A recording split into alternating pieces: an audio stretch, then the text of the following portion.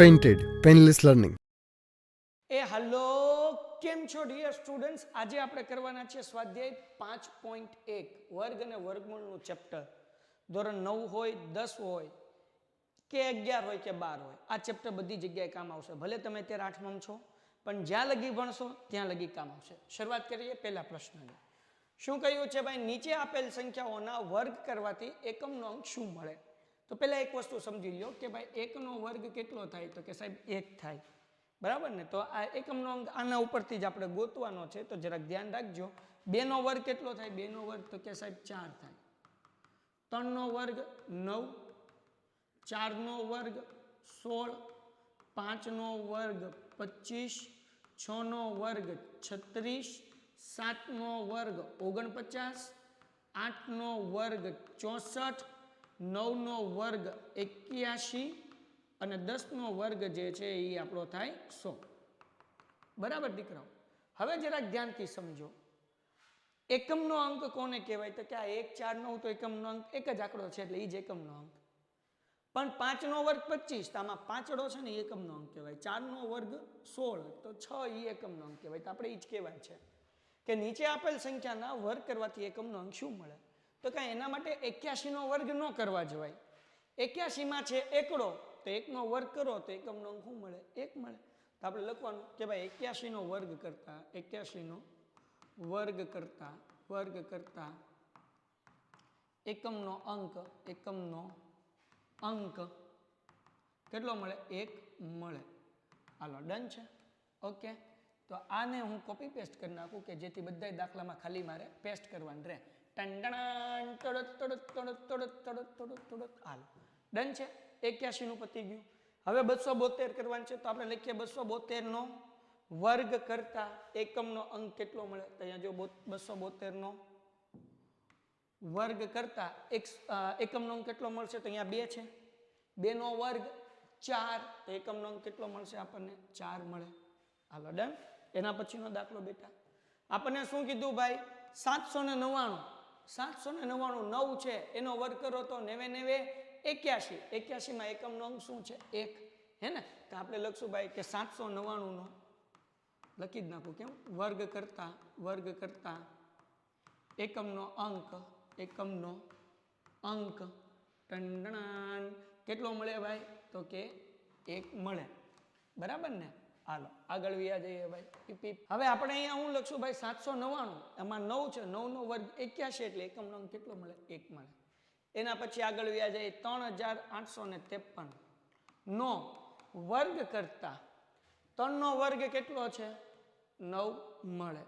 Okay dear students, તમે લોકોએ આ દાખલો તો અહીંયા પૂરો થઈ ગયો. હજી આપણે આગળ કરીએ છીએ, પણ પેન્ટેડ એપ્લિકેશન નો ડાઉનલોડ કરી તો લિંક નીચે ડિસ્ક્રિપ્શનમાં છે. પેન્ટેડ એપ્લિકેશન ડાઉનલોડ કરી લેજો. એના પછીનો દાખલો છે 1234. 1 2 3 4. આનો વર્ગ કરીએ 4. 4 નો વર્ગ 16, તો એકમનો અંક કેટલો મળશે ભાઈ? 16 માં શું આવે? છગડો આવે? હા, તો બસ એ લખી નાખવાનું. તમે બધા હોશિયાર છો, બધાને આવડે છે. બરાબર? ખાલી થોડું ધ્યાન રાખો ને એટલે જોગો મગો એકમનો અંક કેટલો મળે? 4 મળે. ઓકે, હાલો, એના પછીનો આપણે દાખલો કરીએ. જો અમે કેવું કરી નાખ્યું, મસ્ત કોપી પેસ્ટ થઈ જાય ને ફટાફટ. 26387. 26387 નો વર્ગ કરતા એકમનો અંક કેટલો મળશે? કોમેન્ટમાં લખો. હવે તમને ન આવડતું હોય તો કોમેન્ટ જોઈ લો અને અહીંયા ધ્યાન રાખો. અહીંયા 7 છે, 7 નો વર્ગ 49. 49 માં 9 એકમનો અંક કહેવાય, એટલે એકમનો અંક કેટલો મળે? 9 મળે. એના પછી ભાઈ આપણને આપ્યું છે 52698. ઓકે ભાઈ, પેસ્ટ કરીએ. ટૂમ 52698 નો વર્ગ કરતા એકમનો અંક કયો મળશે? 8 છે. 8 નો વર્ગ 64. 64 માં આવે ચોગડો. ડન છે. ઓકે, પછી 99880 નો વર્ગ કરતા એકમનો અંક કેટલો મળે ભાઈ? તો બેટા અહીંયા 0 છે, તો 10 માં 0 હતો ને, તો 10 નો વર્ગ કર્યો તો 100 મળ્યો. તો જ્યારે 0 હશે ત્યારે એનો વર્ગ કરતા એકમનો અંક 0 જ મળે. વાર્તા પૂરી. હે ને? હાલો, આગળ ભાઈ. એના પછી ભાઈ 12796. આપણે લખીએ 12796 નો વર્ગ કરતા એકમનો અંક કેટલો મળે ભાઈ? 6 છે. 6 નો વર્ગ 36. 36 માં છગડો એકમનો અંક કહેવાય, તો કે એકમનો અંક કેટલો મળે? 6 મળે. ઓકે એના પછી છે ભાઈ 55,555. ઓકે ભાઈ અહીંયા લખીને કે 55,555 નો વર્ગ કરતા એકમનો અંક 5 નો વર્ગ કેટલો થાય 25 એટલે એકમનો અંક કેટલો મળે 5 મળે. ઓકે આગળ વ્યા જઈએ ભાઈ.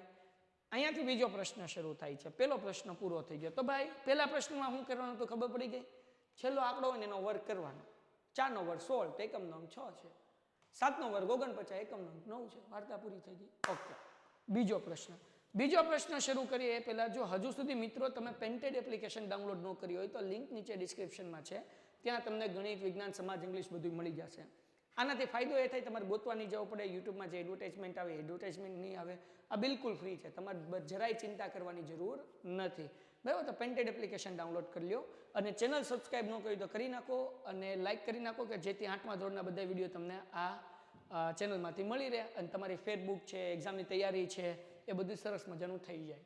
બીજો પ્રશ્ન નીચેની સંખ્યાઓ માટે સ્પષ્ટ છે કે પૂર્ણ વર્ગ સંખ્યા નથી. કારણ સહિત જણાવો. કારણ સહિત જણાવી દઈએ. જો હું તમને સમજાવું.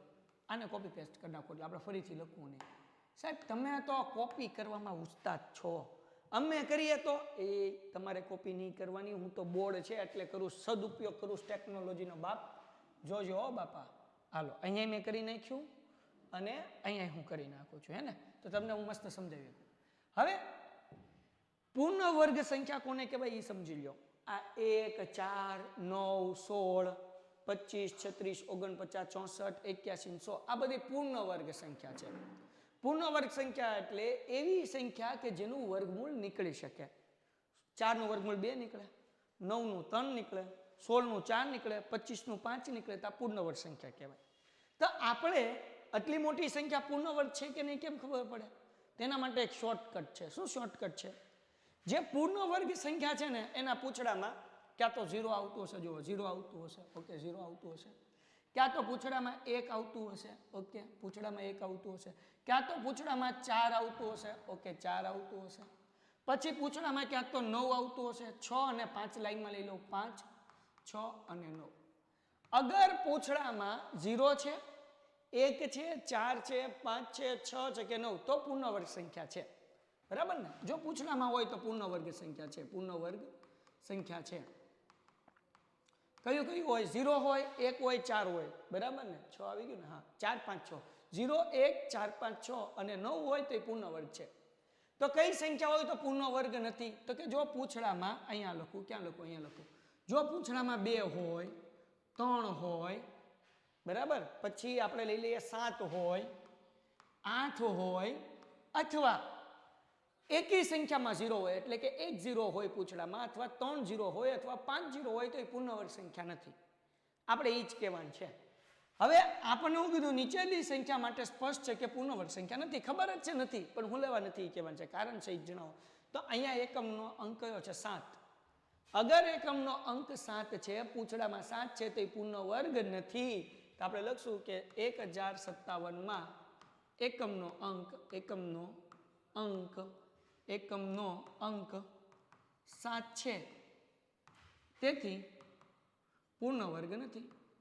પૂર્ણ વર્ગ નથી. વાર્તા પૂરી થઈ ગઈ. બીજું કાંઈ કરવાનું નથી બાપ. હાવ ઈઝી છે.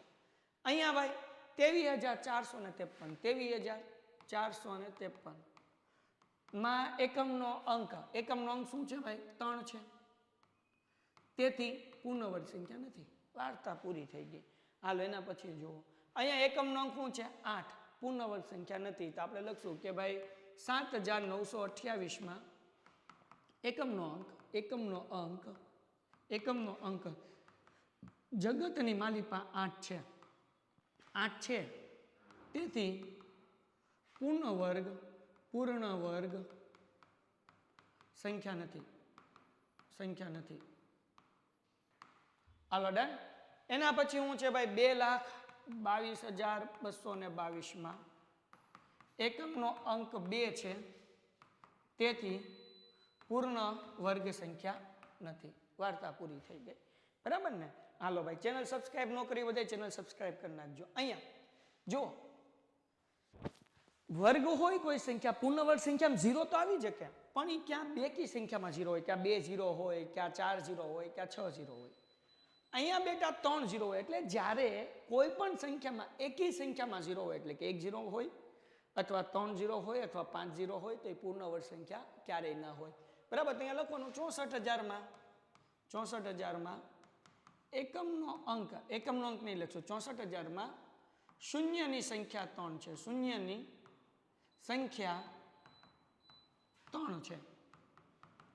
તેથી પૂર્ણ વર્ગ સંખ્યા નથી. પૂર્ણ વર્ગ સંખ્યા નથી. ડન. એના પછી આપણે વાત કરીએ 89,722. 89,722માં શૂન્યની સંખ્યા આમાં શૂન્યની સંખ્યા નહીં આવે. આમાં એકમના અંકમાં શું છે? 2 છે. બરાબર ને? તો આપણે લખશું કે એકમનો અંક 2 છે એટલે પૂર્ણ વર્ગ સંખ્યા નથી. એકમનો અંક 2 છે તેથી પૂર્ણ વર્ગ સંખ્યા નથી. સિમ્પલ છે ભાઈ, કાંઈ અઘરું છે નહીં. એના પછી બેટા અહીંયા જો શૂન્યની સંખ્યા પાછી કેટલી થઈ? 3. અહીંયા શૂન્યની સંખ્યા કેટલી થઈ? 1. શૂન્યની સંખ્યા એકીમાં ન હોવી જોઈએ. તો અહીંયા લખશું 2,22,000માં શૂન્યની સંખ્યા 3 છે તેથી પૂર્ણ વર્ગ સંખ્યા નથી. બધા એમાં એક હરખું જ લખવાનું છે, કાંઈ ચિંતા કરવાની નથી. એના પછી 50,000 સોરી 50 એટલે કેટલા? એકમ, દશક, 100, 1000, 10,000 ને લાખ. 5,05,050. 5,05,050માં શૂન્યની સંખ્યા કેટલી છે? 1. શૂન્યની સંખ્યા કેટલી છે? 1 છે. 1 છે. તેથી પૂર્ણ વર્ગ સંખ્યા નથી. હાલો, દાખલો થઈ ગયો પૂરો. પ્રશ્ન નંબર 2 પણ પૂરો થઈ ગયો લગભગ. હવે પ્રશ્ન નંબર 3 છે. હા, તો પ્રશ્ન નંબર 3 આના પછીના વિડીયોમાં કરશું. જો હજુ સુધી તમે વિડીયો લાઈક ન કર્યો તો લાઈક કરો, ચેનલ સબસ્ક્રાઈબ કરો, મિત્રોમાં શેર કરો અને પેન્ટેડ એપ્લિકેશન ડાઉનલોડ કરો. હું તમને 5મું ચેપ્ટર આખું, 6ઠું ચેપ્ટર આખું કરાવીશ. 7 થી લઈને આપણી ટેક્સ્ટબુક પૂરી થાય ત્યાં લગી ઓલરેડી વિડીયો અપલોડ થઈ ગયા છે. તમે જોશો એટલે જગોમગો થઈ જશે. મળીએ છીએ નેક્સ્ટ વિડીયોમાં. ત્યાં સુધી ગુડ બાય એન્ડ ધન્યવાદ. Painted Painless Learning.